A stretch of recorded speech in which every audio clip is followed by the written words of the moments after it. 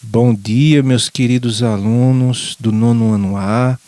Essa é a nossa aula de ciências. Eu sou o professor Odilon Pimentel e hoje, 16 de junho, estamos na nossa quinta semana de aula. Vamos ver o que hoje, professor? Qual assunto nós vamos ver hoje? Veja só, a gente vai estudar um pouquinho sobre as transformações da matéria. A matéria o tempo todo está se transformando, né? E essa diversidade de substâncias, de matéria orgânica, de matéria inorgânica, se dá por essas transformações. Então vejam só, qualquer transformação sofrida pela matéria pode ser classificada em física ou química. Então nós vamos ter na natureza as transformações físicas e as transformações químicas. É importantíssimo que consigamos diferenciar um fenômeno físico de um fenômeno químico, uma transformação física de uma transformação química. Então, a classificação das transformações é realizada com base nas observações feitas em diferentes instantes e nas propriedades das substâncias. Como assim propriedades das substâncias, professor? Nas características das substâncias, né?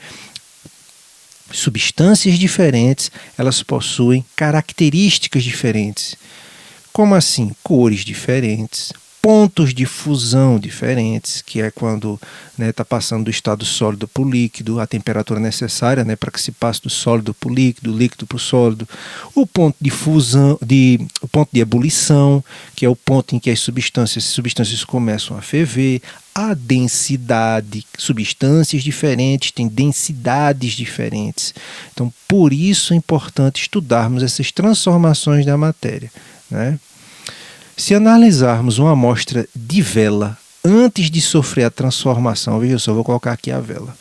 Acendi a vela. Com o passar de alguns minutos ou horas, percebam que a vela está diferente. Primeiro ela diminuiu de tamanho, essa cera aqui derreteu, certo? Com relação a essa cera, na verdade, cera de vela é parafina. Lembrem-se disso, viu? Ela é feita do petróleo, né? Petróleo serve para fazer muitas coisas, não é só gasolina não. Do petróleo vem a gasolina, como a gente até viu na aula passada, se eu não me engano. Do petróleo vem a gasolina, o óleo diesel, né, os óleos lubrificantes, o piche que é usado para fazer asfalto, o gás de cozinha, o polietileno, que é o principal composto dos plásticos. Todo plástico ele é derivado do petróleo, né? E a parafina, que é a cera de vela, entre outros, tem querosene, até substâncias para fazer medicamentos são tirados do petróleo, né? Então, petróleo não serve só para fazer gasolina, não, serve para muitas outras coisas. Então, se analisarmos uma amostra da vela antes de sofrer a transformação, que é isso aqui, esse derretimento, e uma amostra da vela que escorreu, né, que derreteu e se solidificou, veremos que ambas apresentam as mesmas propriedades. Vamos ver. Vamos olhar aqui e depois aqui. Ok? Deixa eu colocar aqui o laser point. Então, eu tenho aqui a vela antes e a vela depois. Veja só. Vamos analisar a cor. Aqui a cera, né, o que interessa aqui é a cera, é a parafina, continua, aqui é branca. E aqui continua branca. O estado físico na temperatura ambiente. Se eu pegar aqui a 20 graus, a parafina se encontra no estado sólido. Embora aqui ela tenha derretido, mas quando entrou em contato com o ar mais frio a 20 graus, também se solidificou. Então, tanto aqui quanto aqui, as duas se encontram no estado sólido. Solubilidade. O que é a solubilidade? É a capacidade de uma substância se dissolver na água.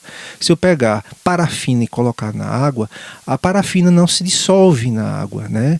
Não é solúvel na água. Açúcar é solúvel. Se eu colocar açúcar, o açúcar se desmancha na água, né?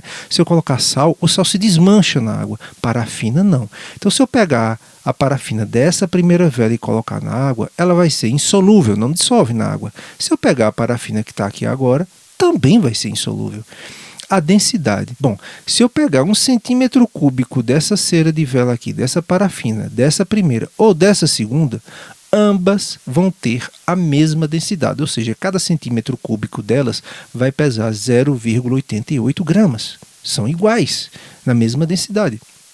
temperatura de fusão, ou seja, para a cera começar a derreter, é necessário qual temperatura? É necessário uma temperatura, tanto aqui quanto aqui, entre 47 e 65 graus. Também são as mesmas, a mesma característica. Deixa eu voltar aqui, passei antes do tempo. Vejam só, então houve uma transformação química ou física? Houve uma transformação física. E como é que eu sei disso? Porque as propriedades, as características da vela, antes dela ficar assim derretida, né, antes dela sofrer essa alteração, observe que as características permanecem as mesmas. Agora imaginem se aqui, depois de um bom tempo acesa, eu fosse analisar essa parafina e descobrisse que o estado estava só líquido, que a cor tinha mudado, que a densidade era outra, que mudou a temperatura de fusão, né, o ponto de fusão.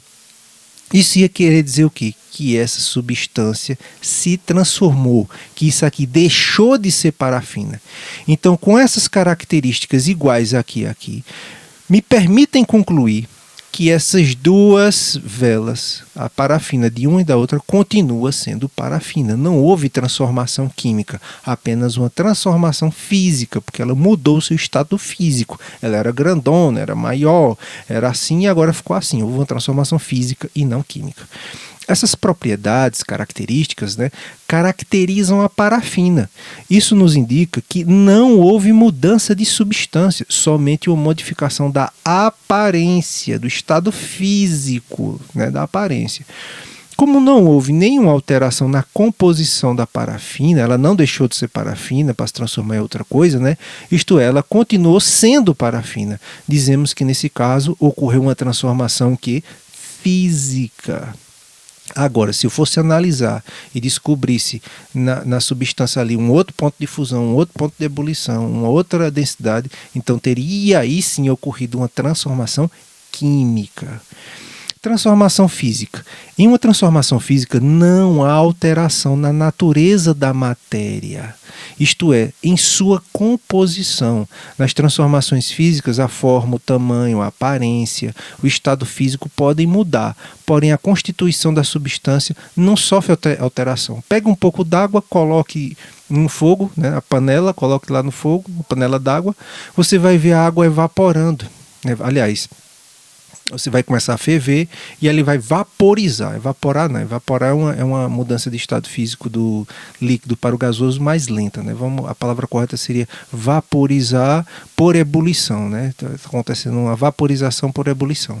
Então veja só, a água está passando de estado físico para o outro. O vapor d'água deixou de ser água? Não. Não deixou de ser água. Tanto é que ele pode subir lá nas nuvens, lá é mais frio, vai se condensar, vai se precipitar, vai acontecer o que aí? Vai acontecer a liquefação, né? Vai voltar a ser líquido, ou condensação também chamado.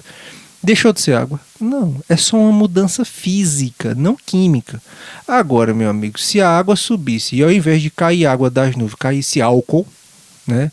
Caísse, sei lá, gasolina, aí você ia ter uma transformação química, porque a água deixou de ser água para se transformar em outra substância. Aí seria uma transformação química.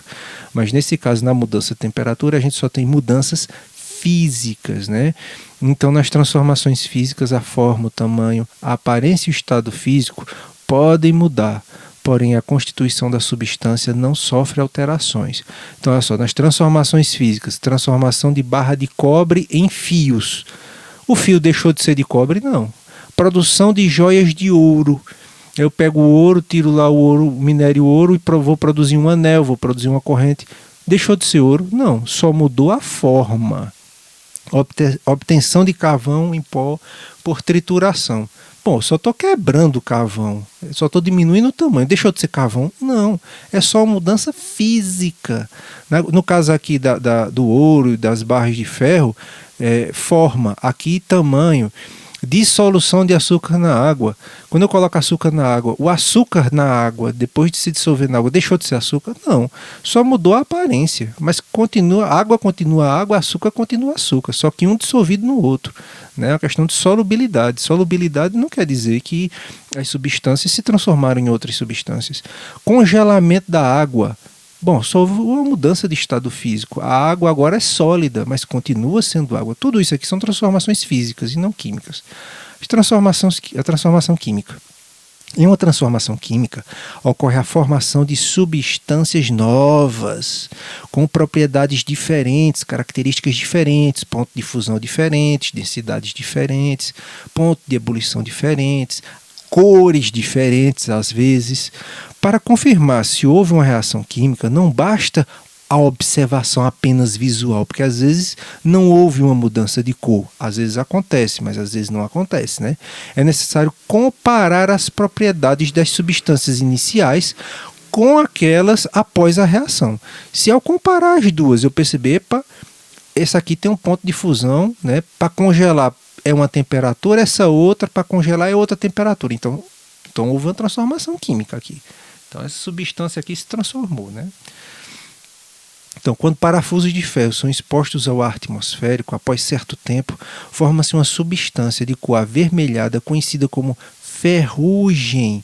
A formação da ferrugem ocorre devido à reação química entre o ferro, o oxigênio e o vapor d'água. Então aqui eu tenho esses parafusos. Com o tempo, com o contato com a umidade do ar e com o oxigênio, vai criando uma nova substância que a gente chama de ferrugem, né? Que é a ferrugem, ó.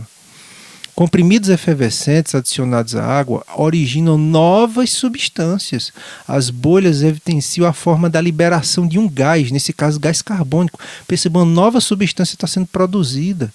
Então aqui está acontecendo uma transformação química ou física? Química. Substâncias novas estão sendo criadas. Olha aqui, são substâncias novas sendo criadas.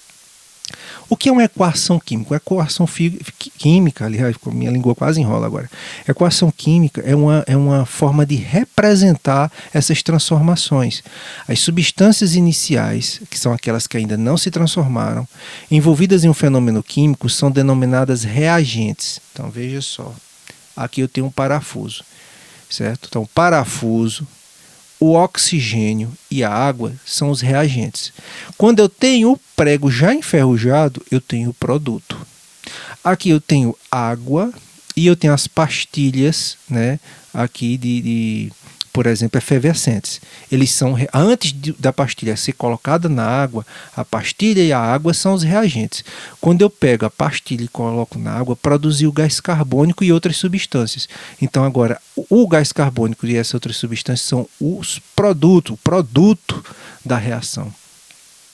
Então, antes de acontecer a reação é chamada de reagente, enquanto as substâncias formadas são denominadas de produtos. A reação química pode ser representada por uma equação química que se assemelha a uma equação matemática por apresentar dois membros, reagentes e produtos. Ambos devem ser separados por uma seta indicativa de orientação do fenômeno. Não estou entendendo, professor. Aqui, ó. Então, imagine vocês. Antes de acontecer a transformação química, eu chamo as substâncias envolvidas de reagentes. Quando acontece a transformação química representada por essa seta, vai originar novas substâncias, não vai? Então essas novas substâncias vão se chamar de produtos. Então reagentes é o estado inicial, antes de acontecer a reação, são anotados do lado esquerdo, está aqui do lado esquerdo. Produto é o estado final, é o que aconteceu depois, são as novas substâncias e são anotadas do lado direito. E a setinha indica que aconteceu uma transformação química. No exemplo dos parafusos, a transformação química ou a reação química pode ser representada pela equação. Olha só. Antes de acontecer se formar ferrugem, o que é que eu tinha? Ferro, oxigênio e água, são os reagentes. Essa setinha está indicando que houve uma reação química, que eles entraram em contato, reagiram e produziram uma nova substância. Que substância foi essa? Esse é o nome científico, o nome químico da ferrugem, o óxido de ferro hidratado. É o produto, é o resultado. Então, reagentes, antes de acontecer a transformação química, a setinha indica que houve a transformação química e aqui eu tenho o produto. Qual é o produto? Qual é a nova substância formada? Óxido de ferro hidratado, mais conhecido como ferrugem. É o produto dessa reação química. Existem situações em que podemos reconhecer a ocorrência de uma reação pela observação visual das alterações que ocorrem no sistema, tal como. Então, como é que você vai fazer para reconhecer que provavelmente algumas substâncias sofreram transformações e se transformaram em novas substâncias, né? Bom, pode acontecer mudança de cor. Exemplo, a queima de papel, né? Ele vai mudar de cor, evidentemente. Água sanitária em tecido colorido. Já perceberam que se você pegar água sanitária pura, não façam isso, né? Vocês vão desgraçar as camisas e calças de vocês. Mas já perceberam que cria manchas, né? Porque aconteceu houve uma mudança de cor. Então, provavelmente ali houve uma transformação química. Queima de fogos de artifício, fogo, né? A pólvora e determinadas substâncias que são colocadas ali reagem com o calor, reagem com a queima e produzem novas substâncias. Então, tem aqui o papel queimando, olha só. Liberação, mudança de cor e liberação de calor. Isso significa que o papel está se transformando aqui, né, em outras substâncias, no caso aqui gás carbônico, isso aqui está se transformando em carvão, certo? Aqui a queima de fogos, né, está mudando de cor. Então essas mudanças de cor indicam mudanças, transformações químicas. Outra característica que pode ser observada, que pode ser que você esteja observando uma transformação química, liberação de gases, efervescência, com alguma coisa está efervescendo, né, né? Exemplos: antiácido estomacal em água, quando você coloca eno, sais de eno, quando você coloca, esqueci o nome daquele outro, sorrisal, quando você coloca, né? Então acontece o que? Uma liberação de bolhas, como que está acontecendo aqui, ó. Quando está acontecendo essa liberação dessas bolhas, significa que está acontecendo uma transformação química. Isso acontece também quando você pega bicarbonato de sódio, que é o fermento químico de bolo, e coloca no vinagre. Vai acontecer essa liberação dessas bolhas de gás. Isso é um indicativo, né, de que está acontecendo ali uma transformação química, novas substâncias estão sendo produzidas. Aqui essa senhora inventou de colocar mento, tá aqui, ó, mentos, dentro de Coca-Cola. Isso libera o gás carbônico, certo? Acontece uma transformação química aqui que faz com que praticamente a Coca-Cola exploda na cara dessa senhora, tá vendo? É uma transformação química. Formação de um sólido. Se você pega substância líquida e às vezes mistura duas substâncias líquidas e forma um sólido, ou você pega uma substância líquida, coloca apenas num pequeno fragmento sólido e ele se expande, então pode ser uma transformação química também. Ao misturar dois sistemas líquidos em um sistema líquido em um gás, né, poderá ocorrer a formação de uma nova substância sólida. Exemplo: líquido de bateria de automóvel com cal de construção dissolvido em água. Isso pode se transformar em um sólido, né? Aparecimento de mancha ou luminosidade, de chama ou luminosidade. Então, fogo ou aparecimento de luz, quando duas substâncias entram em contato, pode ser, ou na verdade, aconteceu ali algo que libere luz, nem sempre. Por exemplo, a lâmpada acesa não é uma transformação química. Na verdade é um fenômeno físico, porque nenhuma substância nova está sendo criada. Mas, por exemplo, álcool queimando, ali está acontecendo liberação de gás carbônico e água. Então perceba, álcool, quando ele entra em combustão, libera, certo? Vai liberar gás carbônico e água. Então o álcool produziu duas substâncias novas.